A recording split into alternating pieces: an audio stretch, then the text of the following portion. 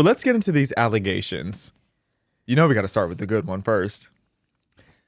Emily Wilson, is it true that you want to bring back slavery?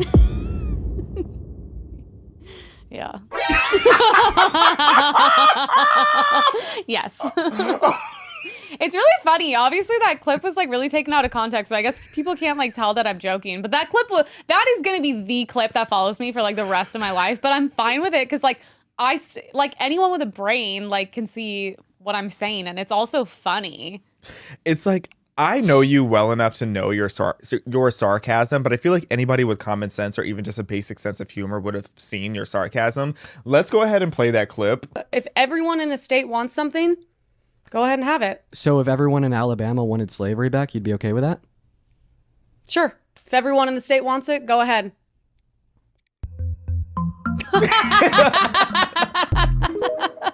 His face is so funny. He was so gagged.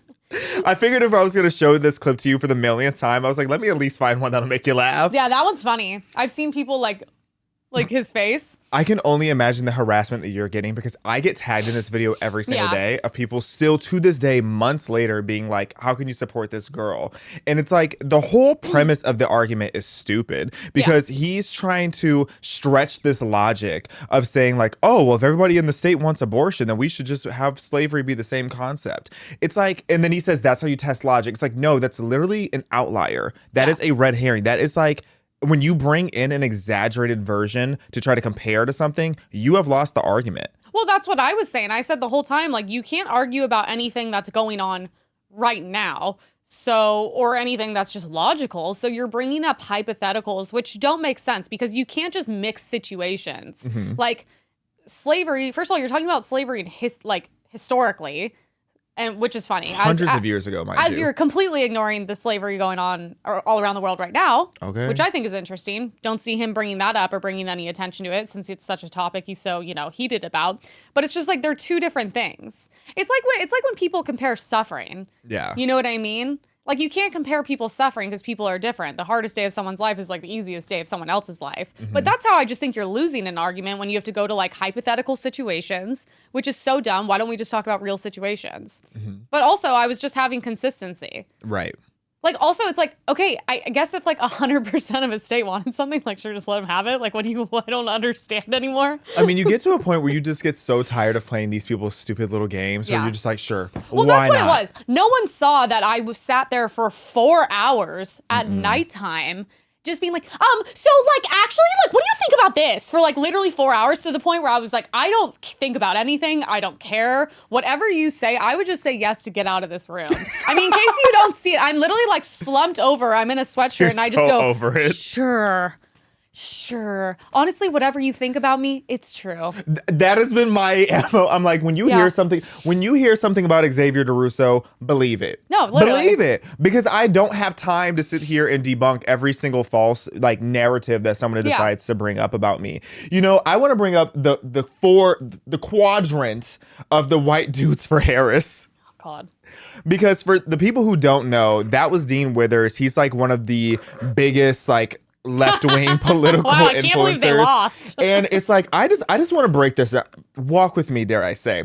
So starting from left to right, you have Dean Withers, who is notoriously arrogant. I feel like all four of these people represent why the left is losing. Yeah. Because you have Dean that is arrogant. You have Parker, the tall one next to Dean. He's just condescending if you see any of his Jubilee debates. Then you have Chris, who's just wildly over-emotional, but at least he's funny. I will say Chris is funny. And then you have Harry, who is just so wildly disingenuous because you know good and well he doesn't believe any of the grift that he's saying. But what I like, Harry is my favorite. Oh, because he's Harry's my favorite getting a too. bag. Yeah. He is so in his bag. Allegedly, even though we've literally seen the trace of the money. Yeah. This guy's getting paid like $250,000 per agreement to promote just idiot. Yeah, they're just jealous of him at this point. Yeah, like I want to get a bag like Harry. I wish I could be the grifter that Harry Sisson is. Okay, wait, do you not think it's funny though? Like when you look at the photo, considering the left constantly talks about diversity, they literally are carbon copies. They're literally like, are they? I don't know if they're straight. We'll just assume for now. They're literally just 4 white dudes. Like, that's who you have representing your party. Hey, white dudes for Harris. This was the group that was bringing back white masculinity to the left.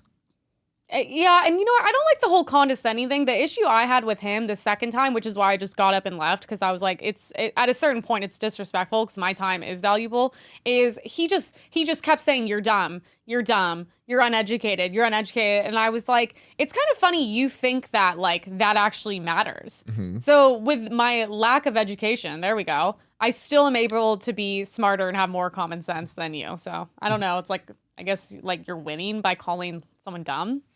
Yeah, and it's also just funny to me how it's always supposed to be about supporting women and being on the side of like protecting women, all these different things, but there he is degrading you, which every single feminist should be disgusted by that, because why is he talking to a woman like that? Oh yeah, he's like literally calling me and I'm like sitting there, and then ironically I called him out. I was like, isn't it super elitist that you're saying that I'm uneducated and stupid because I couldn't afford to go to college? Right.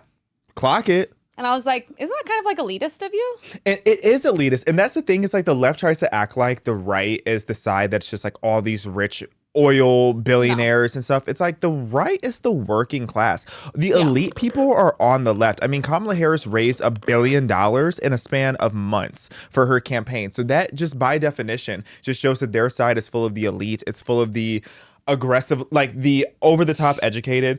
And the reason I say over the top is because these people go and get 5,000 degrees that apply to nothing relevant in the world. And then they will sit there and try to degrade you when the average voter is not out here going and racking up degrees like they are. No. So it's, I was like, what an ironic like privilege. It's like a little like white boy sitting here telling me I'm stupid because I couldn't afford to go to college. Like the irony of that is crazy.